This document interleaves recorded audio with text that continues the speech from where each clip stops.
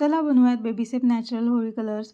Green colour बनवण्यासाठी मी 1 वाटी कडुलिंबाची पाने काढून स्वच्छ वॉश करून घेतली. जांभळा कलर बनवण्यासाठी 1 मीडियम बीटरूट साल काढून वॉश करून कट करून घेतलं. येलो कलरसाठी मी 2 चमचे ऑर्गॅनिक हळद पावडर वापरते. त्यात गुलाबजल टाकून पेस्ट करून घेतली.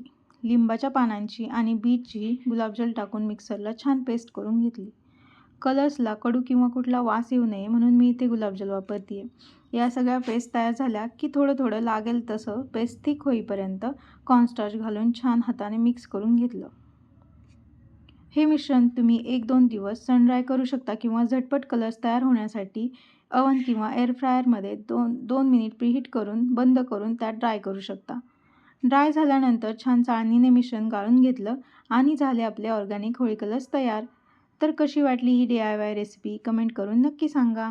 आणि हो, लाईक, शेअर, सबस्क्राईब करायला विसरू नका.